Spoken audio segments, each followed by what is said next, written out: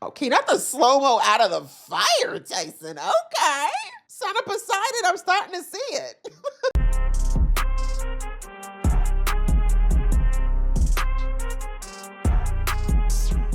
Hey guys, it's your girl Aisha, aka Geek XX Chic, and we are here with another reaction to Percy Jackson and the Olympians. We're on season 2, episode 3, which is called We Board the Princess Andromeda. Honestly, I thought they were going to make it a Disney cruise, and I thought that would have been so on the nose. I wouldn't have hated it, but that's fine. In the last episode, we basically have set off on the quest. We got the trio, maybe not the one that was supposed to go, but they're off, that being Percy, Tyson, and Annabeth.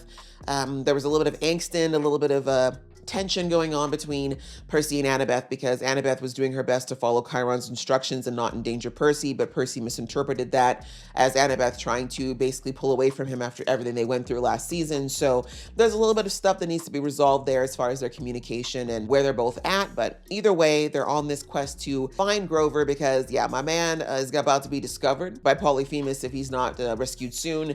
And also, because they violated the rules, they're basically outcasts from Camp Half-Blood unless they're successful in this mission. So yeah, ready to jump in and see what fresh nonsense we're gonna get into.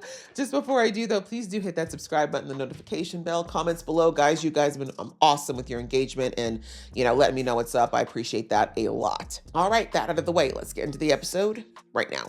Miss Clarissa?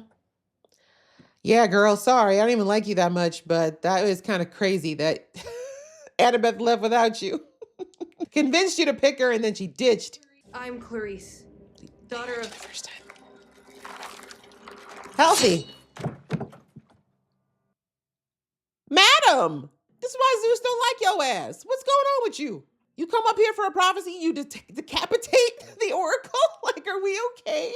Very, very Aries of her, though. You shall sail the iron ship with warriors of bone. Oh, herself.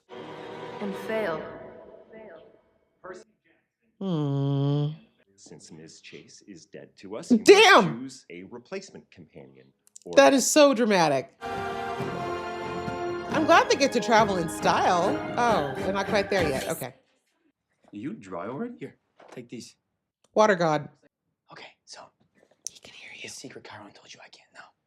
I know what you're gonna say. I thought of a way we can make this work just between us. Guys, Right? I'm like, he's got super hearing. Are you serious? I trust there's a good reason to stop me from leaving camp or going on the quest or whatever. I trust Chiron, but mostly I trust you.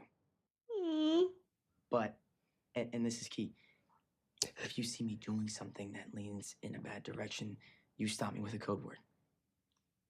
Okay. Boom. He's like, it's the word of the day. This is gonna be a problem. It'll work. I hate that I can't tell you. Mm. And pretty soon, you're gonna hate it too, no matter what we try. And then you're gonna hate me. Okay, breathe. I saw monsters on the ship. Always.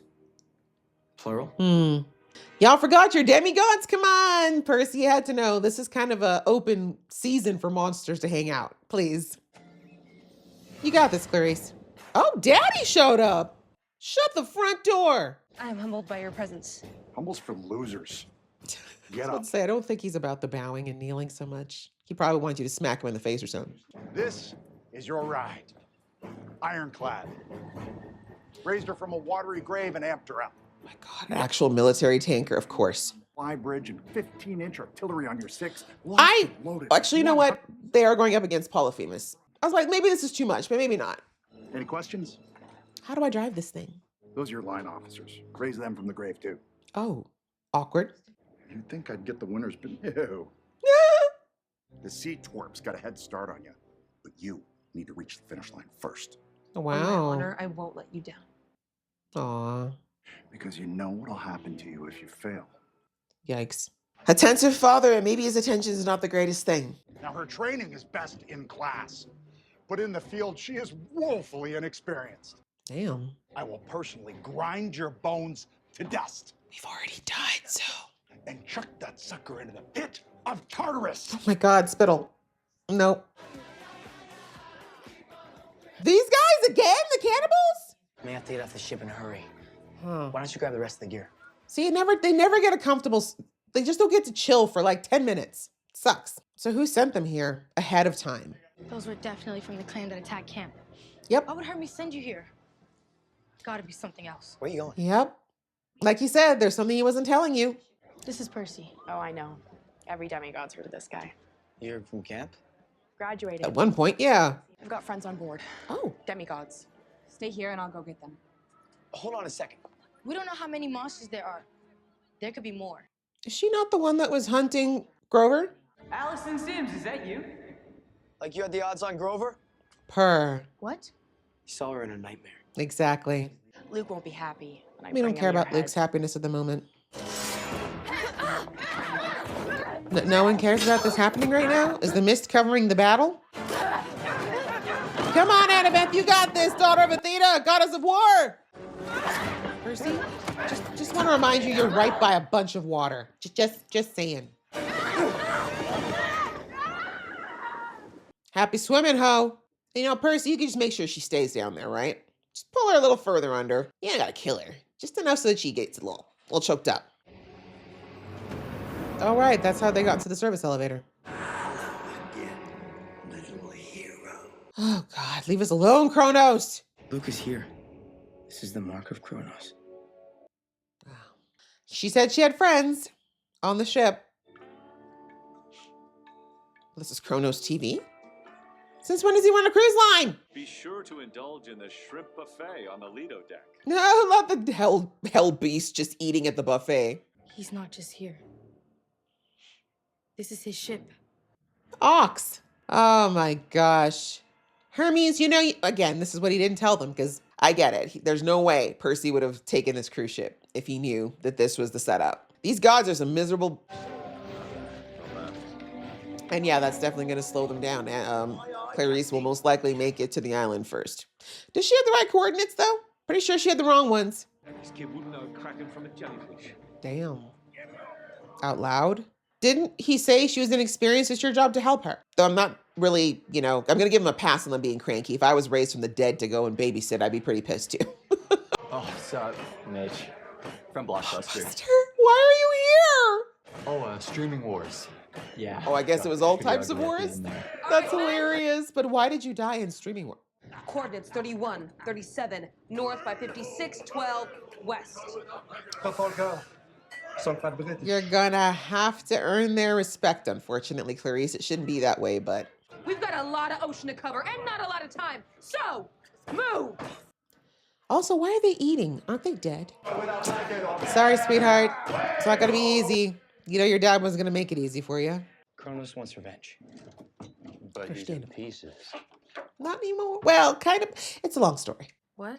We can get the drop on him, take him down, end the war tonight. It wouldn't be that simple. What do you mean by take him down? Annabeth, we're outnumbered on a boat filled with monsters. What did Hermes We tell have to strike you? while we can. Boone. Oh, caught on quick. I see your point. How this could be a problem. Giving into revenge? No, the code word thing. You could just say Boone to win any argument ever, even if you're wrong. Oh, It was like seeing my brother stab my sister in the back. No one is angrier at Luke than I am. he hasn't tried to kill you yet, though. I don't think Luke can be saved. And I do. I have to. I want to get him away from Kronos. I want to get him away from this ship. That's assuming he wants to go, Capture. Instead of kill. even though he's trying to kill y'all. I can work with that. As long as we steer clear of Boone. I Ah, need a new code word. I like Boone. Thank you. sir. Yeah, no, I understand that very fundamental issue that they have. Like, that's Annabeth's brother, for better or worse. But I understand that Percy's like, I don't think Percy wants to like take someone out, but Luke has literally tried to kill him more than once. So, Bye, Luke. Percy, you can't take him in a fight. ooh, Thanks for the vote of confidence. rude. Percy, you could have made sure that girl was halfway to freaking Alaska by now. We really got to work on your powers. That's not a pet. Poseidon claimed him. He's Percy's brother. Well, he's right outside the door. Mm-hmm. You didn't actually think she was that slow, did you? Because even I was like, there's no way she didn't notice y'all. They're not gonna fight. See, Annabeth? Why Percy has a point. Not the ascot sweater. Calm down, Luke. They're smarter than that. Percy's like, no, actually, I was gonna whoop your ass. I really was. Relax. He'll be safe here. Tyson! Percy! You sure? You know you could capsize this whole boat, Percy. Your dad told me. Oh, Daddy loves you. Apparently, he still thinks there's hope for you. I disagree.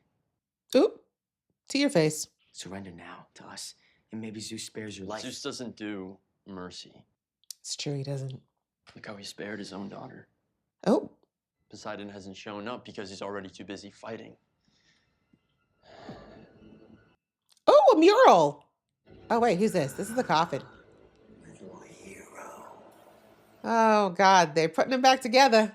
The Titans are returning because Kronos is returning. Every half-blood that joins us makes him stronger. His essence will rise from Tartarus to gather here. Excellent.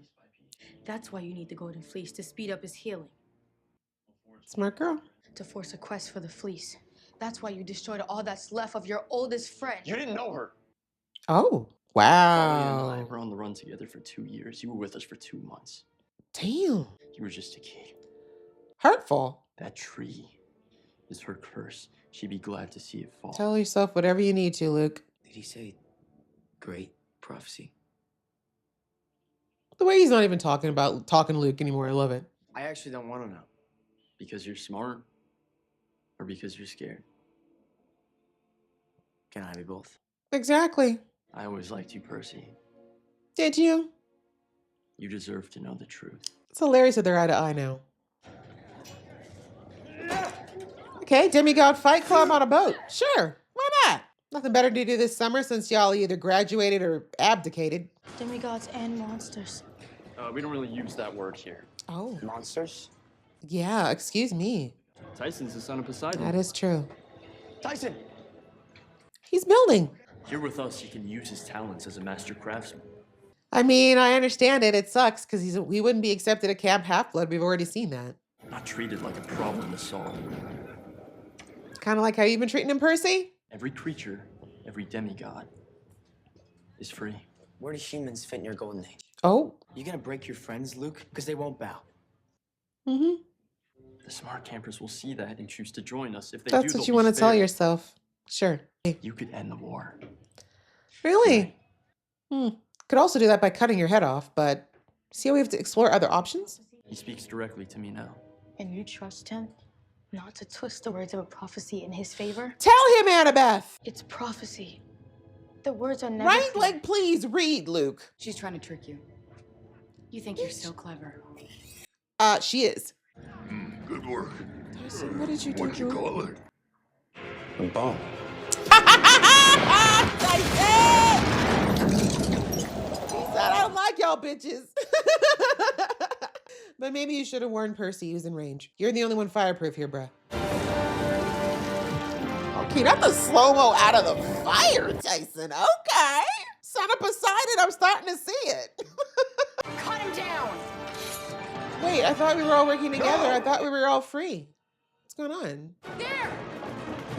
Okay, what? Okay, actually, I was going to say, why doesn't Percy do more? But I keep forgetting there's humans on this thing, so we can't capsize the whole boat. Oh, did we get your ascot sweater dirty? Now give him the finger, Percy. I'm kidding. No.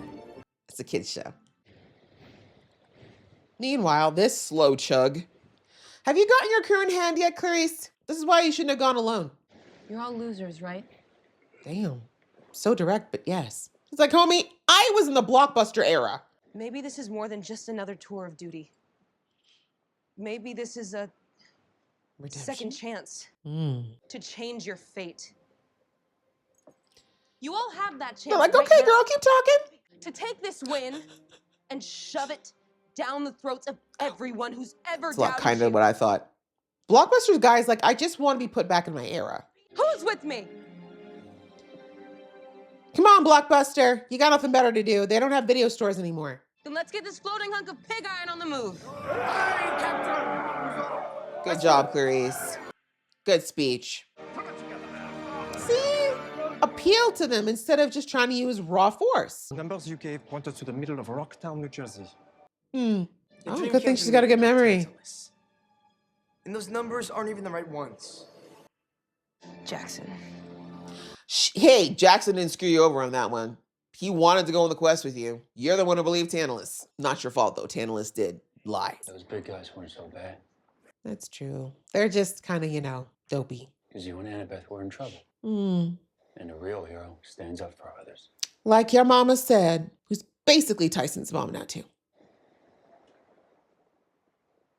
Tyson's like, I'm going to pretend I can't hear this conversation that's about to happen.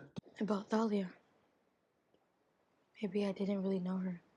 Maybe I just thought I did. Don't let him manipulate you, sweetheart. Maybe I'm wrong about everything.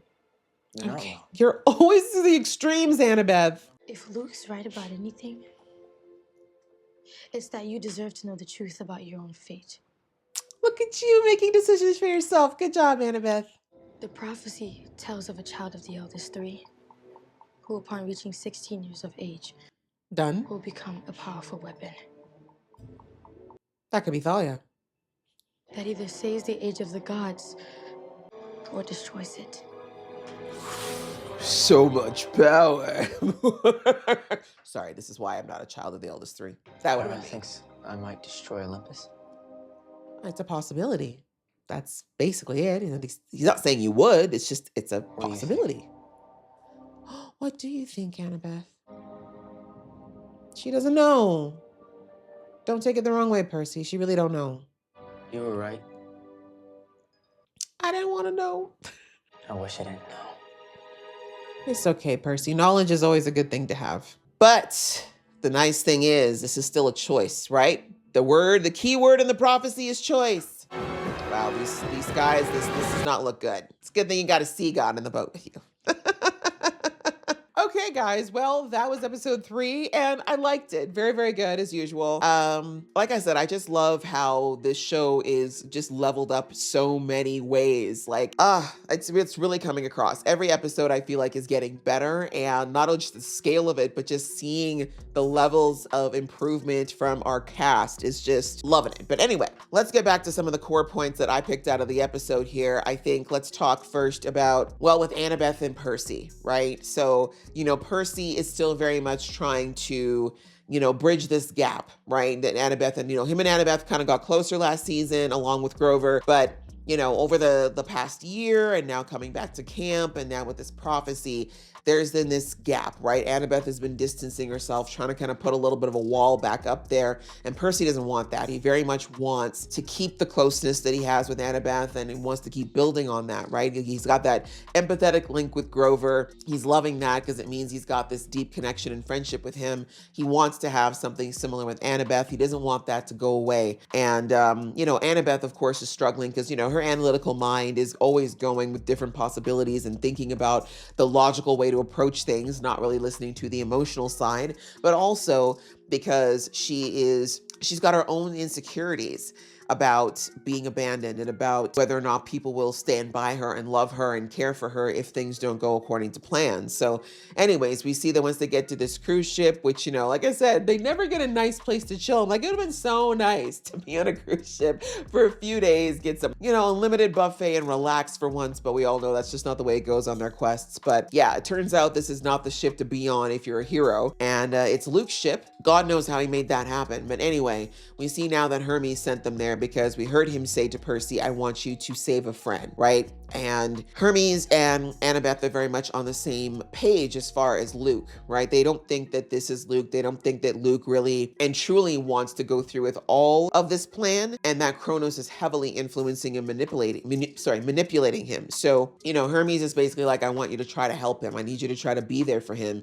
so he can make a different choice and stop going down this path. And Percy, understandably, is just not on board. He's like, no, like, Luke's tried to take me out several times. He doesn't seem to have any type of concern or care for the other campers, for humans. Like, we're not on the same page. We should get rid of him, right? And I get where Percy's coming from. A lot of that is just his own, a combination of survival instinct, but also, let's face it, he's a little bit upset with him because he's upset Annabeth. We're not there yet, but that's really one of the other reasons why Percy's not so happy about this, right? But anyway, we see that when he finds out that Luke is on the boat, and this is after, the encounter with the Sims girl, he's like, let's just take him out. Like, we could just end this. If Luke's out of the equation, case closed. Now, two big problems with that. One is that Luke is still a kid for all intents and purposes as well. But also, Percy is very short-sighted in thinking that just taking out Luke is going to be the end of Kronos' plan. Like, Kronos is talking to Percy as well, which, of course, as I mentioned in the episode, he isn't telling people, because I understand, right? People are going to think, especially with all that's going on right now, the assumption if they find out that Kronos is talking directly to Percy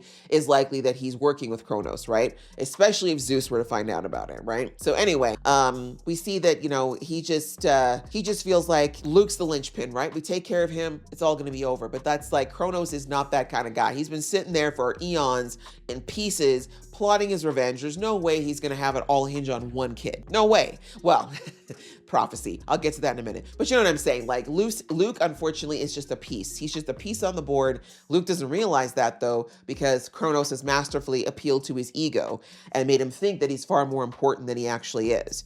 But anyway, you know, between that misinformation, that false belief that Percy has, Annabeth understandingly, that's her brother, right? Like, she has such love and respect for Luke, and she just, you know, much like Hermes, she's like, I don't think that taking him out's the answer. I think we're jumping the gun here. I think there's still time to save him. And her very logical thing of saying that I think we need to get Luke away from Kronos. If we can get him away from Kronos, I think that we would have a chance to actually appeal to him and see if we can get him to change his mind. And I mean, it's a little bit flawed what she's saying. And that's, you know, I didn't talk about it in the episode because it's kind of, you know, don't want to get into too many deep discussions while I'm reacting. But she's somewhat right. I said in the episode that, like, Luke has to want to leave Kronos, though, right? And she's right in that Luke is absolutely being manipulated 1,000%. However, there's also like the element of him wanting to be there, right? Like, manipulation, you are not at fault if you are the person who's being manipulated. However, if you're starting to do things that you know are against your own morality, against your own code, against things you know are absolutely wrong, if you continuously make those choices when your own gut is telling you that that's not what you should be doing, that is on you, right? Your manipulator absolutely is part of that. But in the end, Luke is making these decisions. And that's what I love. We'll get to the, you know, the interaction between the three of them and the questions, that the very good questions that Percy asked. But anyway, so coming back, that's kind of another source of contention now between, you know, Percy and Annabeth, in that, you know, Percy's just like, I feel like we should just end it. Like, let's just take Luke out of the equation. It'll be so easy. And Annabeth being like, no, like, that's somebody that I care about. And, you know, like she said, seeing him do what he did to Thalia's tree, like, it just feels like this family, the only family that I really felt solidly a part of since childhood, is falling apart in front of me. First she loses Thalia, which was already heartbreaking. Then Luke does this, and now Luke's doing this. So it's just like, for Annabeth, it's a lot for her to emotionally process. And she doesn't want to let go of the idea that that family that she created, that found family, is just destroyed beyond repair, right? So anyways, of course, Percy doesn't 100% get that yet. And again, you know, he's never really had a sibling, you know, to kind of understand kind of how that relationship works. But, you know, I think the way to phrase it in a way that would probably help him understand is if Annabeth was like, what if it was your mom, right? What if your mom was doing all this? Would you be so quick to just say, write her off, let's take her out? Like, no way. You'd want to fight. You do everything in your power to save her, or see if there was a way to save her before you'd go to that last resort. So, you know, kind of see where me and Hermes are coming from on this one, right? And so anyway, they end up in the conversation with Luke. And of course, you know, what I really like, and again, this is what I'm saying about the subtlety and then the upping of the acting ante between Luke and Annabeth, right? So many looks exchanged. And I really love that they showed, like with Luke, he really couldn't look Annabeth in the eye, right? He really had a hard time maintaining eye contact with her because she's disappointed in him right now, and he doesn't like that. He's trying to tell himself it doesn't matter, but I love that his body language really showed that he's not okay with it, right? It is bothering him. And anyways, he's trying to blow on past that. And we see that the way he does it, because Annabeth rightfully is like, what are you doing? Like, what you did to Thalia's tree, like what you're doing right now, like, is this gonna, you know, how are you okay with doing what you did to her when you knew her longer? And Luke turns it around, and unfortunately, like, it's very hurtful, the argument that he used. I know why he did it. It was very much a knee-jerk lashing out. I'm gonna hurt you because I don't want to deal with my own guilty conscience. It's a move that a lot of us have done, unfortunately, and definitely something one would do when they're younger and don't recognize how hurtful your words can be. But anyways, we see that he turns around and tells Annabeth, well, you barely knew her. I knew her for 2 years. You knew her for 2 months. Don't tell me how she'd feel. He knows she's right? I mean, yes, I think he's right, obviously, in that Thalia had no love for Zeus. But there's no way I think that Thalia would be okay with endangering she literally sacrificed her life to protect Camp Half-Blood and the people she cared about. You think she'd be okay with just taking the barrier down, letting it, like, you know what I'm saying? Like, of course, Luke's gonna cater this argument to appease his own conscience. And he's trying to justify his actions to Annabeth, who, as I said, he does care about what she thinks of him. Because even though it was only 2 months, clearly he cared about her. We saw that last season before everything went off the rails.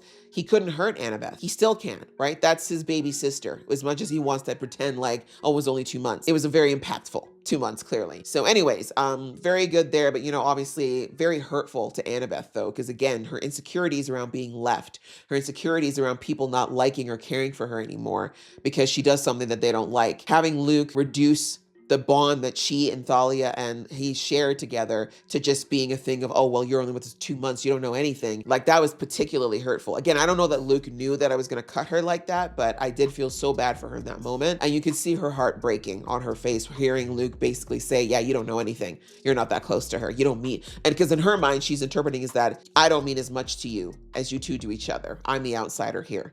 Right? So that was kind of sad. And I don't know that Percy really had time to pick up on it because he was a little bit too wrapped up in the whole prophecy thing and also the fact that Kronos was talking to him. But anyway, just kind of a really good moment there that I love that, the 3 of these actors dealing with kind of this heavier material of the emotional and psychological impact of what they've been through, throughout the, outside of the crazy quest stuff. I think that all 3 actors are doing a really good job of kind of portraying all that, right? Even in the way that they handle it, because like with Percy, he's had the least traumatic life out of everybody in this group. You know what I'm saying?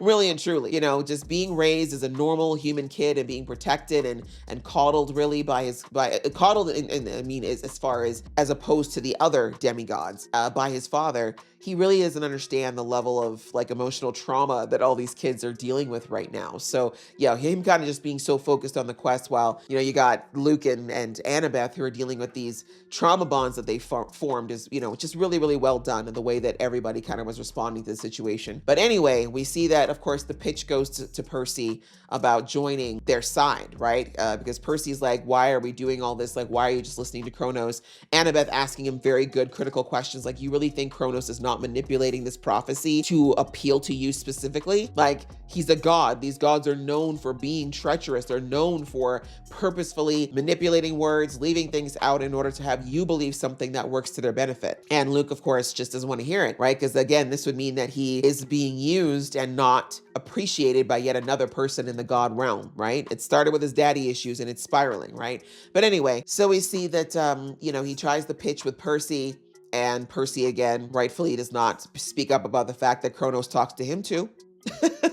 Luke thinks he's special because Kronos is talking to only him, doesn't know that Percy's in that mix as well. But anyways, he makes the appeal and is like, look, Percy, I don't really dislike you. I actually think, we could get along, but you got to get on board with me. And Percy asks the very valid question about what about the humans? What about the people? Like this war, yeah, maybe demigods might survive because we're hardier than the mess, and a lot of monsters will, but what about the people, the humans, his mother? I think Luke's mom's gone actually. But a lot of these other demigods have moms too. And he said also about the demigods, like a lot of these demigods are not going to join you. They will die on the stance of not joining you. So you're just going to take them out. Like, are you seeing how this thing you think is going to bring in a golden era is going to be paid through blood and the blood of innocence for the most part? And of course, Luke, doesn't want to answer, doesn't want to hear any logic. It doesn't have to be this way. You could end it, Percy. If you join us, then we don't even have to have the war, right? Like Kronos ever gave a damn about anyone. If he'd eat his own kids, you think he cares about humans? Please. Very good questions. And I really love the way that they pose these really good moral issues to Luke and how you could see as he's getting these critical questions, these critical thinking questions from Annabeth and from Percy, that he really is realizing that there's a lot of flaws in this logic. And that's why you see little Miss Sims jump in and say, oh, they're trying to manipulate, they're just trying to twist your head around. Because she realized that she didn't have those answers either, right? And so anyway, we see that thankfully my boy Tyson showed that he's got more than just a big eye. There's a big brain back there. And the fact that he just left him alone to... Yeah, those mountain cannibals, whatever they are, yeah, they're not the brightest. They're not the brightest bulbs in the chandelier. But yeah, my man built an escape plan for them while they were too busy talking about solidarity and togetherness. But thankfully broke them out before Percy was kind of forced into making a decision or ending up being a captive. And they managed to get away. But we see that actually the Sims girl wanted to try to take them out, and Luke immediately says no. Right. So I like that reinforcement that Luke cares a lot about Annabeth. And again, even the fact when he heard that his dad was the one who sent them there in the first place. You know, he's trying to pretend it doesn't matter, but it all comes down to daddy issues in the end and a desire for family. So anyway, yeah, that's kind of what ends up going down. And, you know, kind of a side note, just to talk about Tyson and, you know, the fact that Luke rightfully brings up the fact that in their world, Tyson is automatically an outcast because he presents as a monster, right? Which they've already demonized across the board. But he's like, in this new world, monsters will be, you know, especially if they're children of gods, which most of them are, they shouldn't be ostracized because of their nature, right? Maybe they don't necessarily get to mingle with everybody the same way, but they shouldn't be ostracized and immediately outcasts, right? And yeah, you know, we hear Tyson say later on after they've escaped that, you know, those guys, the cannibals, were actually not that bad. They're kind of funny. They were nice to me. They treated me well. They don't even call me a monster. And even though he knew that the priority was protecting Percy, and by extension Annabeth, you know, it had to feel nice that, you know, for the first time since this whole thing started, to not feel the animosity and the judgment and the prejudice, really, from all the other people that he's been exposed to so far. The only person, I should say, that hasn't done that so far is Sally. So anyway, him saying that to Percy and kind of turning the light bulb on for Percy, between that and what Luke said about how even Percy doesn't realize it yet, but there is a little bit of that prejudice in him towards Tyson, but also just recognizing that Tyson really, really just craves that acceptance from people he cares about, right? So I think that, you know, this is going to be, thankfully, a turning point for Percy as far as being more accepting of Tyson. Like, I know that the news of him being his brother is a lot to take, so I'm not mad that it took him a minute to process that, but outside of it, just being more understanding and open of what Tyson has been through, because it's just very human nature that he never really thought about that because he was privileged enough not to have to deal with it growing up. You know, now that he's understanding just how hard a lot of the other demigods have had it, but also that Tyson is really just wants to be accepted. But yeah, those are the main things that were kind of happening with our main trio. You know, Percy and Annabeth just kind of still bonding over the whole thing around the prophecy. And, you know, now Percy knows what the prophecy is, the prophecy that he's not supposed to know because they're afraid it will influence his actions.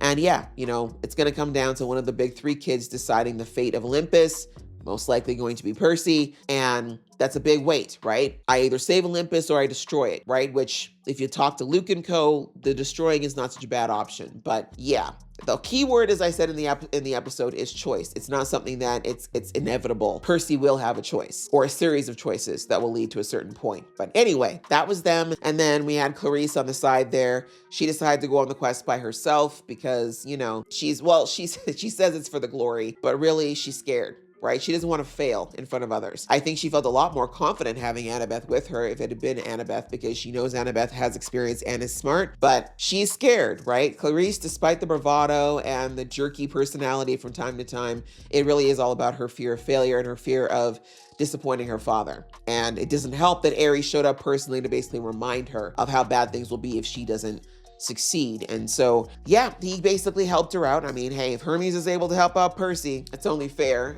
He helped out his daughter by getting her away to the Sea of Monsters, a crew of fallen heroes. Blockbuster guy. Anyway, and basically saying, yeah, this is where you need to go. Do your best. It's as much as I can do, but just know I'm watching you, sort of thing. So it's a lot of pressure on Clarice. And again, kudos to Dior. You know, we're getting to see that vulnerability in Clarice for the first time. You know, everything we've seen in her in camp has been very much arrogance and, like I said, bravado. But we got to see a little of that fall away this episode, you know, in the face of her father. And again, just the desire to please him. And we know that's pretty much impossible. We found out last season Ares hates his kids, but that she got to try, right? That is her dad. And it does mean a lot. And her whole life's been built around the idea of glorifying him. So yeah, we see that she got on this boat. Things didn't go well at first because they didn't really respect her. Her dad didn't really help with that. But we see in the end, instead of using brute force, which is what she thought she had to use and somewhat works at camp, she instead appealed to the mutual situation that they're in of trying to not be labeled as losers and not to be failures, but to actually define their fate in a way that's going to make them proud of themselves, but also, you know, give the glory to the people who kind of have them over a barrel at the moment. So yeah, good on Clarice for figuring that out. She's on her way to the Sea of Monsters. Well, she knows she's got to figure out the right coordinates because now she knows she's going in the wrong direction, but I'm sure she's going to figure it out soon enough since she seems to have a very good memory. But yeah, another great episode, guys. Like, it wasn't very long, but I feel like they packed in a lot and it was really good stuff. Like, we got really good movement